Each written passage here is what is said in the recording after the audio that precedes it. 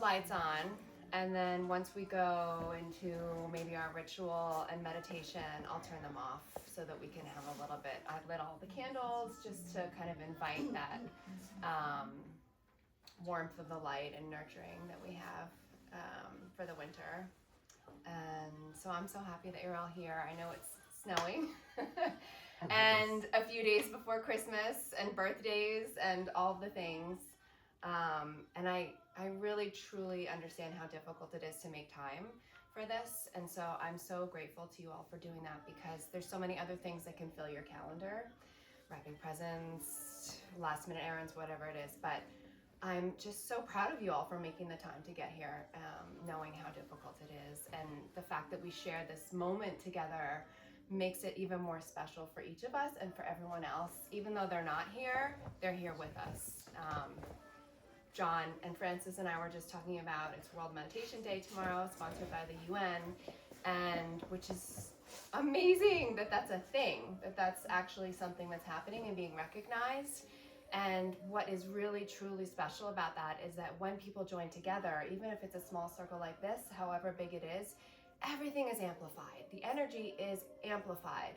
And that's not just me talking about it. It's been proven. There's been meditations in certain cities, and they've studied during the meditation hours the crime rate before and after, and it's drastically dropped by like 8% in these times that they've done that. So it's real. And so showing up here is really impacting your life and impacting others. So thank you. And I just wanted to start by that, saying thank you to everyone. So we're going to talk about winter a little bit and just how we can shift with the season, as we always do, to embrace the turn of the wheel, the turn of the season, how it will affect us.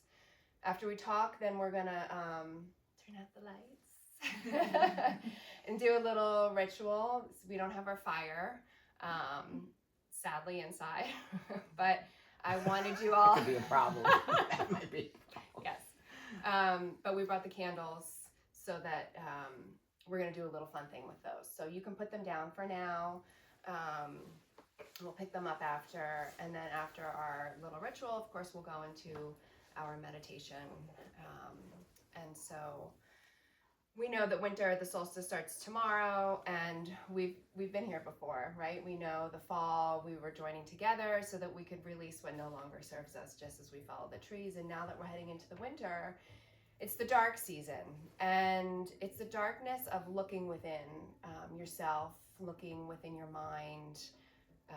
People talk about shadows and shadow work, and the more that you step along this path of self-discovery, of awareness, the more you realize the shadow is just as important as the light, and that darkness is crucial to be able to appreciate the light.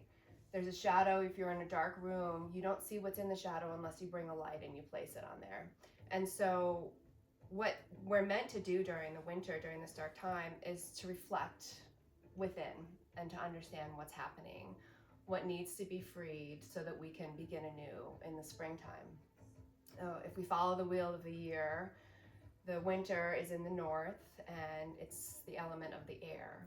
And in the belief that I learned is that the air represents the wisdom, your innate wisdom that you have within you, but that also is from the ancestors. And so I love, when I'm trying to connect to this time, I love to face north and imagine the wind circling around me, and imagine that feeling when you're outside and the wind gusts. It's just so special, and it feels so magical. And so what I like to do is just imagine the wind swirling around me and asking if there's any messages that I can receive, if there's any wisdom that it's going to awaken within me that's there, but that I'm just needing to have rustled up a little bit. So I invite you, as we step into this season of the winter, to see how you can bring that into your life, how you can invoke the wind. Maybe in the morning you just think of the air or the wind, or even your breath. The breath is represented by the air. As you take your breaths in the morning, what wisdom is there? What knowledge is there that I have that will help me discover what it is that I need to learn? I think last time we were together, I was talking about the astrology. You know, I love the astrology. I am not the most knowledgeable about it, but Pluto has moved into Aquarius, which is a really big deal. If you pay any attention, you will be hearing people talking about it. Pluto has a 248-year orbit, which is a long one that it goes around the sun. So when it changes, it's significant. So what it's done is it's moved into Aquarius. It's going to be here for 19 years now. And Pluto is transformation. It represents breaking down barriers, rebirth, renewal. Pluto is associated with Hades, and most of us know the mythology of Hades is the underworld. He rules over the realms of the dead underneath the earth, but he also rules over the minerals and the rocks that are within the earth. And if you think about that, if you apply it to how you are in yourself, when you look within and under the inside, you can notice the minerals and the rocks, perhaps even diamonds that are within there that are your inner wealth. And so thinking of how you can tap into your wisdom, just as you're using this time of death and renewal with the winter, use Pluto's underworld aspect to think about what lies within. The diamonds we always talk about, their atoms have to be pressurized by intense heat to compress in order to become a diamond. So if you can think of that as what needs to be compressed and understood within yourself, so that you can really find that beautiful wealth that lives within you that you can work with. Aquarius, which Pluto is moving into, is an air sign. And so again, we're talking about the winter and the air. There's so much overlap happening, so many synchronicities, signs for you to move forward and how you can move forward. There's like guardrails for you along this path that you have. You focus on what's moving forward, your intellect. Aquarius, the sign is a cupbearer. And so there's a lot of water influence that's occurring right now too. The fluidity. Aquarius represents groups, community, like what we're doing here. This is what's going to be our lives moving forward. Pluto moving into Aquarius represents a rebuilding, a breaking down of structures, which we're seeing. It's a little crazy and scary. This is what's meant to happen. You have to knock down the building in order to build a brand new one. And so that's what's happening right now, is that the structures are being broken down so that we have the space to rebuild in a way that's meant for us to thrive as humans, for us to be free, for us to work together, and for us to know our true value. Aquarius is the symbol. It's like I don't know if you're aware, I should have written it down, but it's really small to see here, but it's like mountain range, little triangles. It's the oldest symbol, more than 40,000 years ago, since the Neolithic period. And that represented the water, the goddess. So very often on these old pieces of pottery that were found, excavated, you see that beautiful sign accompanied by a goddess, showing the importance of the water, right? The source of life is water since the beginning, and the divine feminine goddess that's ruling along with the water, providing motivation and drive for moving forward. So if we look at this, the significance of the water and the air and the intellect, it's going to remind us that we need to tune back into our own inner guidance and our own inner compass. We've talked about this before. It's so necessary, and even more so now than ever, as we are seeing a little bit of a crumbling happening. You have to stay focused on that inner guidance. It's the most important thing that you can do. You have to stay focused on your inner guidance. And it's tricky. It's really easy to become distracted. There's everything in the world around and available to distract you, but there's not a lot of support to help you stay focused on what is the most important thing. And so we've talked about that, looking into yourself to understand in the beginning the shadows. That's really a point to start if you're wondering how you can start to pull away what's blocking so that you can be free to understand where you're meant to go. I have Morrigan. There's a Celtic goddess called the Morrigan, and she is the goddess of death, rebirth, war. I love this. This is not meant to be her, but I love this as a symbol of who she is. She is a shapeshifter. She shapes into crows. That's why I have the crows there. And she's represented by the black birds as messengers. Very often, of course, the crows are fairy-tale to be harbors of death, but in fact they're messengers. All of the blackbirds are messengers, and number 13 is a lucky number. It's not a scary number. So the Morgan I love because she represents that shadow aspect. She is life and death. She controls the war on the battlefield. She's the one that's said to decide what's going to happen because she can create chaos to ensue so that people are so distracted that she overrules in the war. And so the reason I'm bringing her up is for you to think about what is happening in your life that's causing the distraction. Where is this circle of starlings in your life that's overwhelming everything, and you're losing focus and attention on the battlefield, not so much a battlefield, but life on your path. And so I've been working really hard the last couple of years, I think, in trying to understand how to travel back through to the beginning of the origin of some of the feelings and emotions that I have, right? Fear, worry, anxiety. We all wear those cloaks very well, many others as well. And when you start to see and become the observer and aware of your patterns and your behaviors, you notice your reaction to something, you separate your reaction to how you're feeling, and then you start to follow it back. Why am I acting this way? Oh, I see, I'm reacting in anger because somebody said something to me. But why am I angry? What is it that's making me angry? It's not this reaction that I'm having right now. It's not this person. It's not that car that cut me off. It's something deeper inside. And so it takes time to practice, but becoming the observer and making that space, that little bit of space between your reaction and the observation, and then traveling it back, that brings you into that shadow that everyone talks about. That shadow is that inner deep quadrant of your heart or your soul or whatever it is. It could be from a past life. It could be from this life. It could be from conditioning, your parents, the news, your friends, your peers, whatever it is. There's so many little things that make up the building blocks of our lives that we're so unaware of how they affect us every day. And so now that we're in the winter, this is our time to really look within. Take that flashlight into that dark corner and see what's there. And you don't have to be afraid with it. Just approach it with curiosity. See what's there. Invite the wind to share with you what you need to learn and understand about this little thing that's been causing disruption. It's not easy. Nothing is easy, but it's worth it because the more free you become of these conditions and these inflictions that you have upon yourself, the more joyfully you can experience your life. And that truly is the most important thing. Once you do that, you learn that your heart is the true guidance system.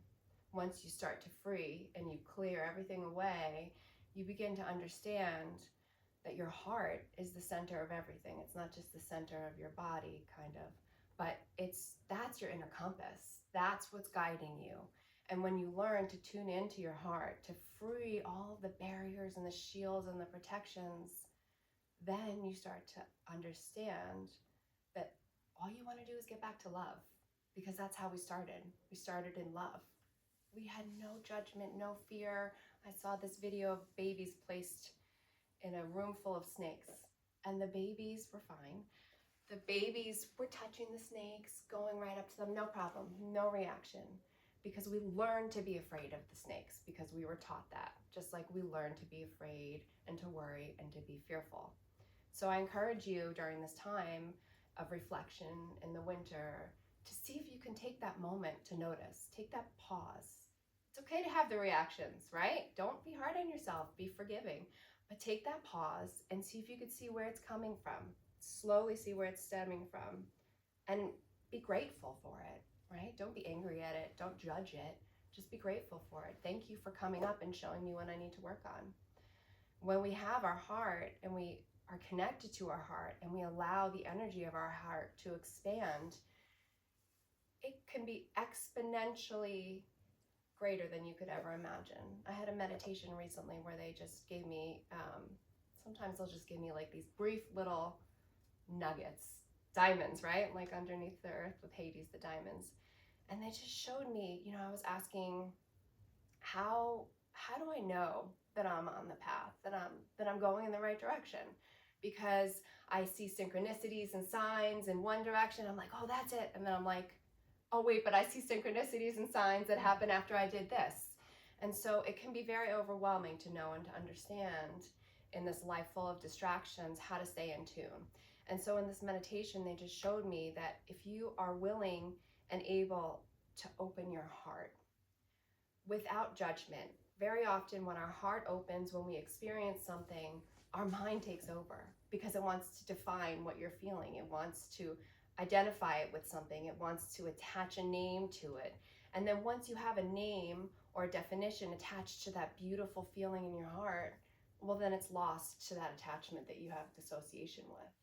But if you're able to free the thought from that, then that transference of energy coming from your heart, it's like a river flowing. And if you have that river flowing, it can continue on. It can feed the animals. It can feed whatever it is that's down the hill that you have no idea where the river might go to. But if you put up a dam of a thought, then it stops. And then you're stuck. And then you don't know what else could happen. There is a story of a young man who was speaking to an elder in an ancient village, and he was really struggling. He went to the elder and he said, I have all these problems and I don't know what to do. I just can't function. I have this and that and that. What am I supposed to do? And the elder, in the way that elders do, just took a deep breath and he said, here, take this bowl. And he filled it with water and he said, I want you to bring it down to the river. And I want you to fill it up again down at the river with the rest of the water because we need it. And so the young man took the bowl and he looked and he saw that there were all sorts of cracks in the bowl. And he thought, how am I going to do this? This is impossible. There's cracks. I'm going to lose the water. I'm not going to be able to accomplish what he's asking me to do. So he traveled on anyway with the slight encouragement of the elder with a little nod. And he walked along. And of course, as he went along, the bowl, the cracks, the water leaked down, the water leaked out. He got down to the river, bowl was empty, filled it up again. He said, all right, I guess I'm gonna go and I'll go back. Goes back, travels back to the elder. The water continued to fall out. And when he got back to the elder, there was no water. And so the young man said, here's the bowl, there's no water. I couldn't accomplish what you wanted me to do. And in his wise, ancient wisdom, the elder turned to him and he said, don't you see, it's not about the process of filling the water and doing what you're meant to achieve doing. The water that came through the cracks along your path, it's watered the flowers that were dry and thirsty on the path. It's filled cups of leaves so that animals can drink from it when they were thirsty. It's allowed the soil to be fresh so that it can grow new life. So you must not pay attention to all the things that you think are going to cause you disruptions and trouble, but instead focus on what the path is that is in front of you. And I thought that was so beautiful, just a wonderful reminder that we have to focus on the bigger picture of getting back into our heart, understanding what it is that our heart is showing us and telling us in this time of the winter, listening to the wisdom, listening to our guidance. I have a quote that I want to read, and then we'll move on. Okay. Whatever happens, stay alive. Don't die before you're dead. Don't lose yourself. Don't lose hope. Don't lose direction. Stay alive with yourself, with every cell of your body, with every fiber of your skin. Stay alive. Learn, study, think, read, build, invent, create, speak, write, dream, and design. Stay alive. Stay alive inside of you. Stay alive also outside. Fill yourself with colors of the world. Fill yourself with peace. Fill yourself with hope. Stay alive with joy. There's only one thing you should not waste in this life, and that's life itself. And that's Virginia Woolf. And I thought that was beautiful in this moment to remember, although we're turning into the darkness, we have to keep our light alive to keep going. Would you send that to us? Yeah. So now we're gonna move into our little ritual. I'm gonna turn on the lights and